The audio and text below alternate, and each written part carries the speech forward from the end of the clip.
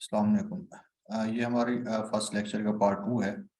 Class disconnect हो गई थी जिस वजह से हम ये दोबारा सेशन अगेन जारी कर रहे हैं। तो इसमें यह था कि कौन सी पार्टनरशिप है जिसके अंदर उसकी लायबिलिटी लिमिटेड हो जाती है, कि अगर किसी पार्टनर को या पार्टनरशिप एग्रीमेंट में लिख लेते हैं कि आपकी पार्टनर्स की जो लायबिलिटी होगी वो मैक्सिमम उतनी अमाउंट तक होगी जितनी वो इन्वेस्टमेंट करेंगे, तो ऐसी टाइप ऑफ पार्टनरशिप को क्या कहते हैं? Limited partnership.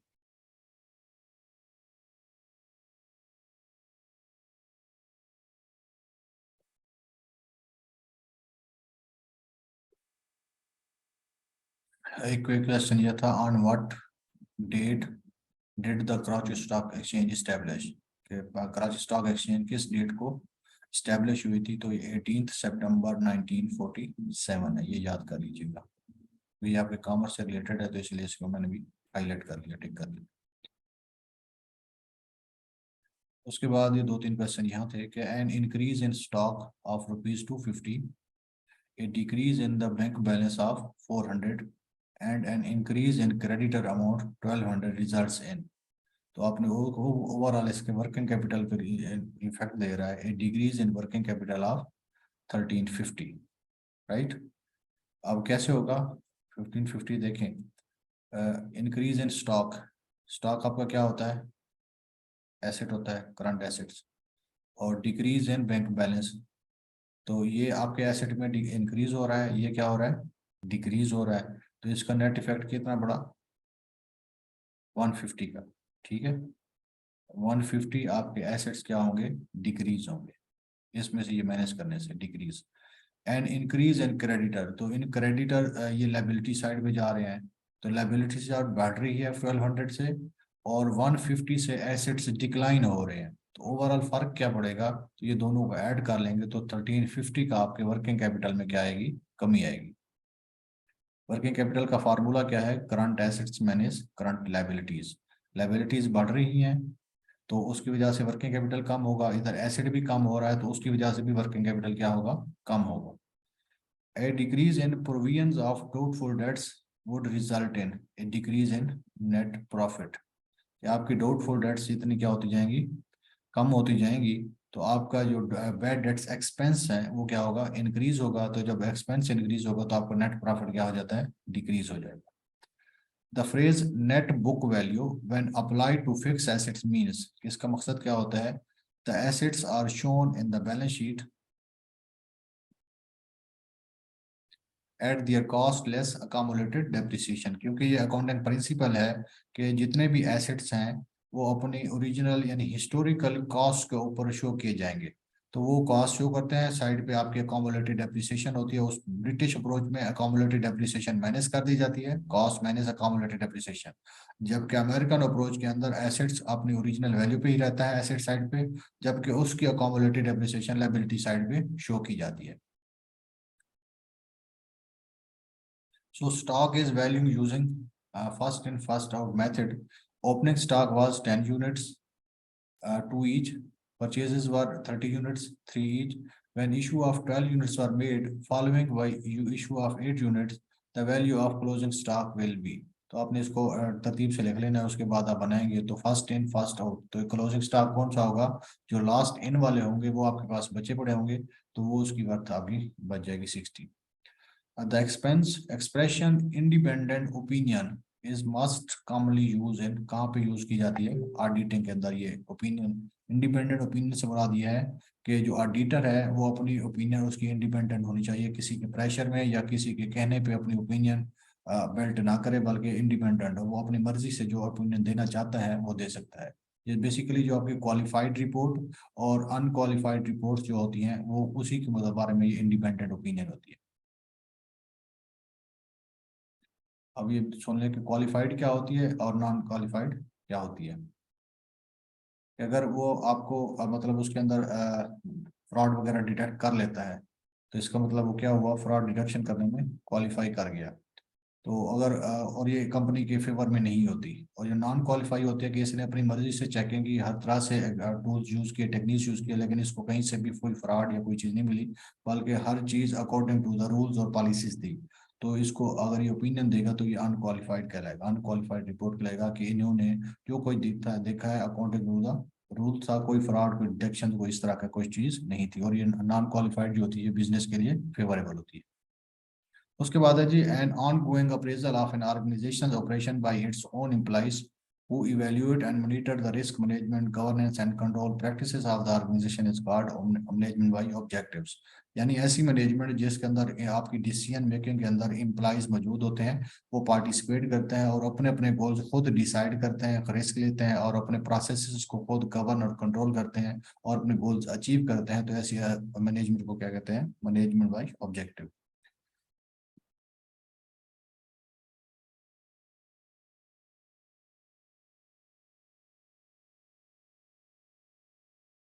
आप देखें पूरा account title accounting deputy accountant उनके सीट्स हैं, लेकिन सबसे ज्यादा क्या है? जनरल नॉलेज क्वेश्चन है। उसके बाद एक इकोनॉमिक्स का क्वेश्चन दिया हुआ है, तो GDP stand for gross domestic product. एक और क्वेश्चन गिवन था इकोनॉमिक्स से related, first 5 year plan was for the years. पहला जो आपका फर्स्ट 5 ईयर प्लान था वो कब से स्टार्ट हुआ था? 1955 टू 1960 तक। उसके बाद है जी, financial year of Pakistan closes on, कहाँ पे क्लोज होता है? एक होता है कैलेंडर ईयर, एक होता है फिनेंशियल ईयर। कैलेंडर ईयर यकम जनवरी से स्टार्ट होता है, 1 जनवरी से, और 31 दिसंबर को क्या होता है? क्लोज होता है। इसके अकॉर्डिंगली दूसरा होता है फिनेंशियल ईयर, जो यकम जुलाई से स्टार्ट होता है और नेक्स्ट ईयर के 30 जून को क्या होता है? क्लोज होता है। तो पाकिस्तान का जो फिनेंशियल ईयर है वो कब क्लोज होता है? 30 जून को। उसके बाद ये टोटल अकाउंटिंग का पोर्शन है। इसमें देखें, balance sheet is always prepared as on a specific date. तो बैलेंस शीट में हमेशा एज ऑन लिखा जाता है, वो जस्ट उसी डेट के लिए, उसी लम्हे के लिए होता है, क्योंकि उसके बाद जैसे कोई ट्रांजैक्शन होती है तो इसका बैलेंस क्या हो जाता है? आउट हो जाता है। Which of the following shows the details and result of the company's profit related activities for a period of time? तो प्रॉफिट और लॉस को कौन सी चीज बताती है? इनकम स्टेटमेंट बताती है। Accounting equation is defined as assets is equal to liabilities plus owners equity. ये क्या कहलाती है आपके पास? अकाउंटिंग इक्वेशन कहलाती है। Current assets includes debtor, patents, stocks, both A and B. तो आपके पास पेटेंट्स, आपके पास ये गुडविल है, तो इसलिए आपके पास इंटेंजिबल एसेट है, करंट एसेट नहीं है। तो डेटर भी और स्टॉक भी, ये दोनों क्या है आपके पास? करंट एसेट्स हैं। उसके बाद है जी, audit of the sole trader businesses compulsory, non compulsory, compulsion certain cases या नन ऑफ दिस। ये सोल प्रोप्राइटरशिप है, रजिस्टर्ड भी नहीं होता, तो इसीलिए नॉट कोई कंपल्शन नहीं होती। Which of the following is disadvantages of joint stock company? कि इसके अंदर जो अनलिमिटेड लायबिलिटी है, इन्वेस्टमेंट ग्रोथ इज हैम्पर्ड, ये डबल टैक्सेशन। क्योंकि आपको एक कंपनी अपनी रेवेन्यू के ऊपर टैक्स देती है, फिर जब कंपनी अपना प्रॉफिट अपने शेयर होल्डर्स में डिस्ट्रीब्यूट करती है, उनको जो डिविडेंड रिसीव होता है वो डिविडेंड के ऊपर अलग टैक्स देते हैं। तो ये बेसिकली आपकी क्या हो जाती है? Double taxation. तो home trade does not involve, तो उसके अंदर होलसेलर, रिटेलर, प्रोड्यूसर, इंपोर्टर।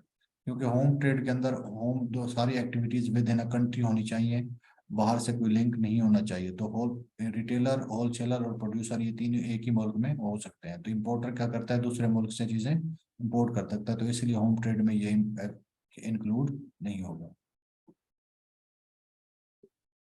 उसके बाद है जी, document issued by the carrier to a consignor that evidences that receipt of a goods for shipment to a specified designation and a person is called bill of lading। कि जो चीज़ information वो document भेजता है कि कौन सी date को क्या क्या चीज़ उसने भेजी है, किस बंदे को भेजी है, तो वो जो बिल होता है वो क्या कहलाता है? बिल ऑफ लेडिंग कहलाता है। An unauthorised contract between a purported agent and a third party that is not ratified by the principal is binding on the agent only, principal only, both on the agent and the principal and none of the above। यानी unauthorised कि एक agent को authority ही नहीं है कि ऐसा contract करने की जिसको उसकी उसने इजाजत ही नहीं दी प्रिंसिपल ने।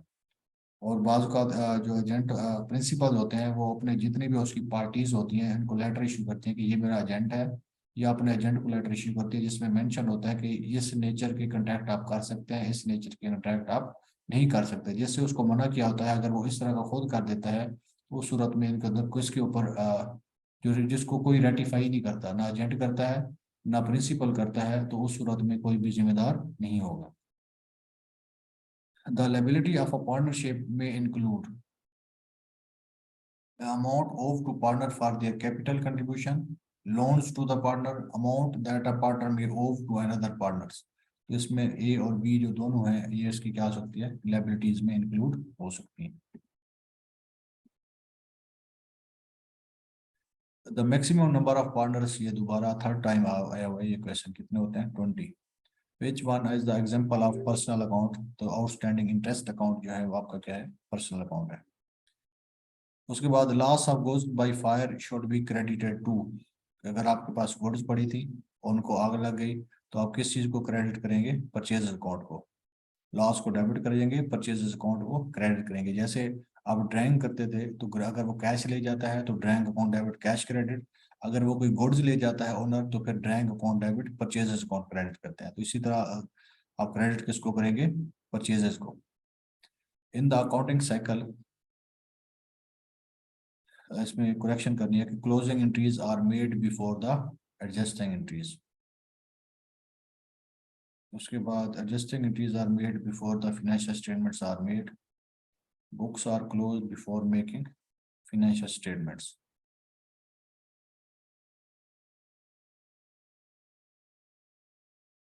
तो ये उन्होंने जो निशान लगाया हुआ था, टिक किया हुआ था, वो बी था. लेकिन हमेशा एडजस्टिंग एंट्रीज पहले बनाई जाती हैं फाइनेंशियल स्टेटमेंट्स बनाने से. पहले एडजस्टिंग एंट्रीज होती हैं, बाद में फाइनेंशियल स्टेटमेंट बनती हैं. और क्लोजिंग एंट्रीज पहले एडजस्टिंग एंट्रीज होती हैं, क्लोजिंग एंट्री बाद में बनाई जाती हैं. तो इसलिए ये मेरे हिसाब से ना इसको करेक्शन कर लीजिएगा, ये सी वाला करेक्ट है.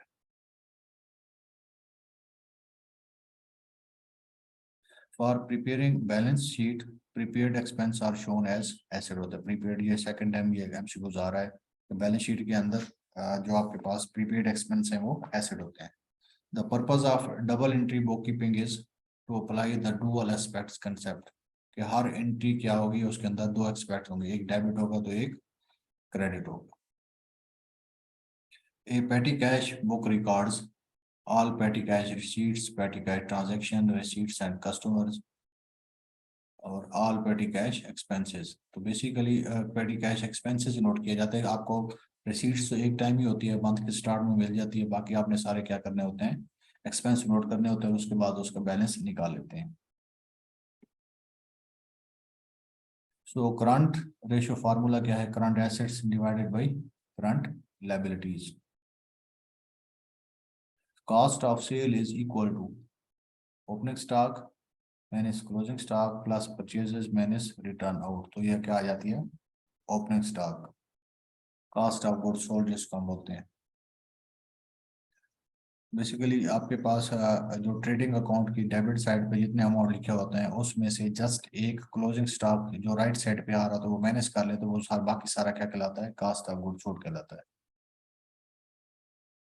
उसके बाद ये फिगर दी हुई है, सेल इतनी है, प्रॉफिट इतनी है, नेट लॉस जितनी है. Then the operational expense will be, आपने कैलकुलेशन करनी है. तो इसके 19,000 एक्सपेंस आ रहे हैं. Which account will have a credit balance? तो इनमें से क्रेडिट बैलेंस किसका होगा? डिस्काउंट रिसीव्ड का. बाकी सारे क्या हैं? डेबिट बैलेंस वाले हैं.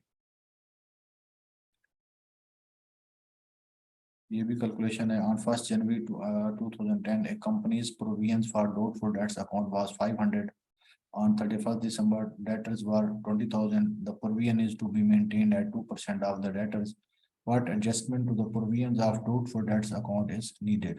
तो आपने क्या करना है ना, इस 20,000 का 2% लेना है कि देखें कितना बनता है. जबकि ऑलरेडी आपके पास पड़ा हुआ कितना है, तो उसका जो डिफरेंस होगा वो आपको क्या पड़ेगी? मेंटेन करना पड़ेगा. वो कितना बनता है? 100. क्योंकि आप इसका 2% ले तो कितना आएगा? 400. तो ये 500 ऑलरेडी उसके पास प्रोविजन पड़ा हुआ, तो बाकी कितनी चाहिए आपको? 100 का क्रेडिट चाहिए. So depreciation is to be charge because, किस लिए चाहिए? The machinery gets old with in time. और फिजिकल वियर एंड टीयर के लिए इसको डेप्रिसिएशन हम चार्ज करते हैं. बिकॉज ऑफ डेप्रिसिएशन बेसिकली पूछ रहा है, तो फिजिकल वियर एंड टीयर की वजह से भी हो सकता है, यूजेज की वजह से हो सकता है, पैसेज ऑफ टाइम की वजह से भी हो सकता है, change of fashion and technology की वजह से भी हो सकता है.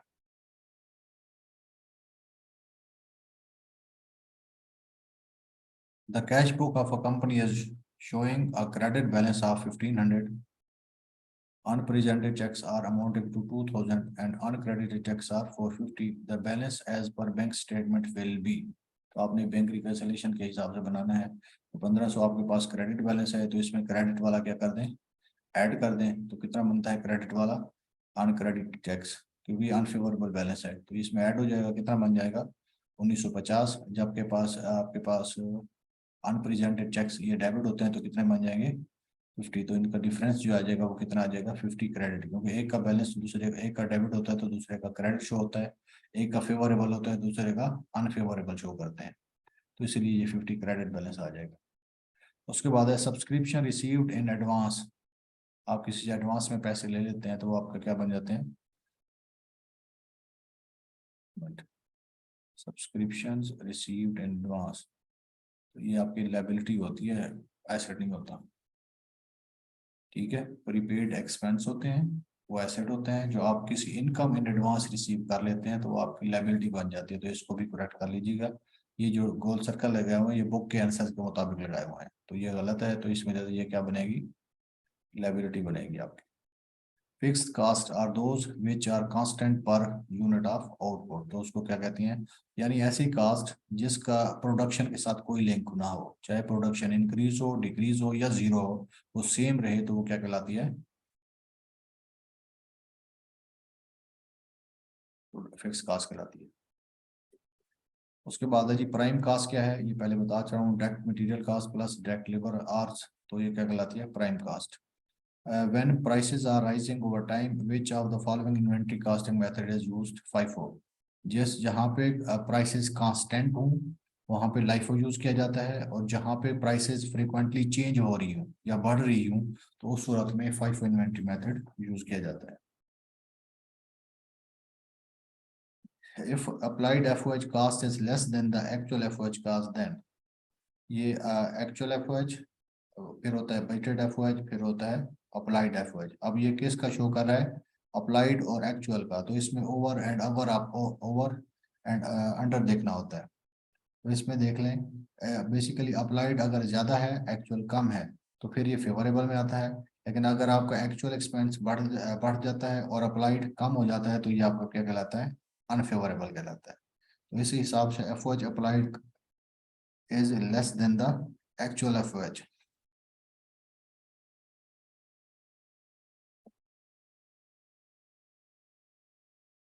ये आपका अनफेवरेबल है, इसको भी करेक्ट कर लें।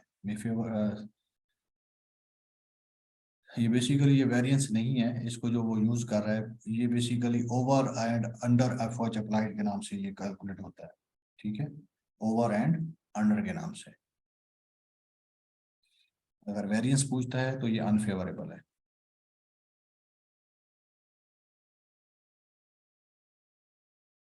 cost of goods manufactured 2,59,500 opening inventory, ये इसकी कैलकुलेशन कर लें basically, what is the cost of goods sold.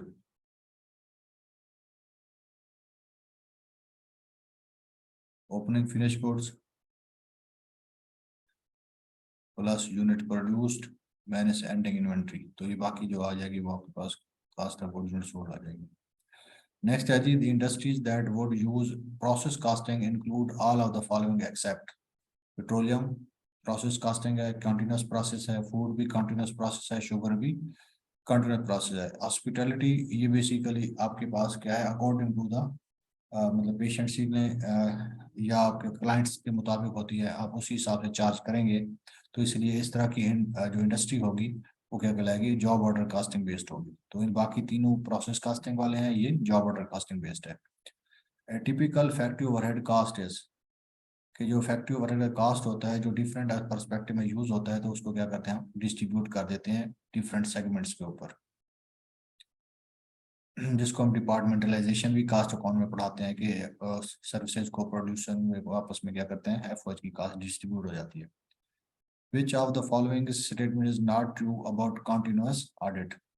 So it is required when the organization has a good internal control system.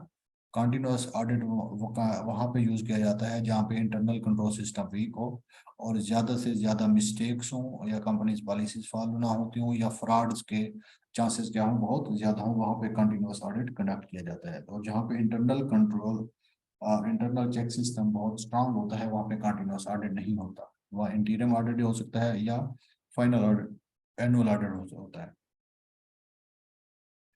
उसके बाद है जी test of control are not related with, ये continuity of control, effectiveness of control, existence of control and designing का, ये accounting से related नहीं है, ये ऑपरेशन मैनेजमेंट से रिलेटेड है। When government covers the deficit in budget through bank borrowing and creating new money, the general price level is raised. This situation is called, अगर आप new information, hyper information, budgetary information, अगर आप क्या करते हैं new note print करते हैं और उससे प्राइस बढ़ जाती है, तो अपने बजट को देखें, बजट डेफिसिट आता है ना, कि आपकी रेवेन्यूज क्या हैं, कम है, एक्सपेंडिचर ज़्यादा है। अब उसके दो तरीके हैं, या तो आप बाहर से लोन ले लें बजट डेफिसिट को पूरा करने के लिए, या अपने नोट्स नए प्रिंट कर लें उस गैप को पूरा करने के लिए। अगर आप नए नोट प्रिंट करते हैं तो उस आपका बजट तो पूरा हो जाएगा, लेकिन नए नोट्स के मार्केट में आने से क्या होगी, इन्फ्लेशन बढ़ जाएगी। तो ऐसी इन्फ्लेशन को क्या कहते हैं, बजटरी इन्फ्लेशन। और ये पाकिस्तान स्टेट बैंक का एस्टेब्लिशमेंट हुआ था 1 जुलाई 1948 को, स्टॉक एक्सचेंज 18 सितंबर को, और स्टेट बैंक 1 जुलाई को 1948 में। उसके बाद है जी the purchase on a sale of government securities by central bank with a view to influence money supply is, तो ओपन मार्केट ऑपरेशन, क्योंकि अगर ये बैंक पे डिपेंड करता है कि वो मार्केट में लोन पैसा ज्यादा फेंकना चाहता है या मार्केट से पैसा अपने पास ले आना चाहता है। तो अगर वो खुद परचेज करता है तो इसका मतलब क्या है, मार्केट में सिक्योरिटीज स्टेट बैंक के पास आ जाती हैं और उस वक्त पैसा क्या जाता है, मार्केट में चला जाता है। तो वो परचेज एंड सेल अगर करता है तो ये डायरेक्ट ऑपरेशन, मार्केट ऑपरेशन कहलाती है। ये टूल्स हैं बेसिकली मॉनेटरी पॉलिसी के। Main instrument of money market, money market के अंदर क्या होता है, टी बिल्स होते हैं, इनका मेन इंस्ट्रूमेंट ये होता है। एक कैपिटल मार्केट होती है, एक मनी मार्केट होती है। जो शॉर्ट टर्म बोरोइंग के लिए यूज की जाती है वो मनी मार्केट है, जो लॉन्ग टर्म बोरोइंग के लिए यूज की जाती है वो फ्री मार्केट है। The purchasing power parity theory was related by cost of Cassel. ठीक है जी, this is for today. Tomorrow we will start another file of MCQs. Inshallah, see you in next video.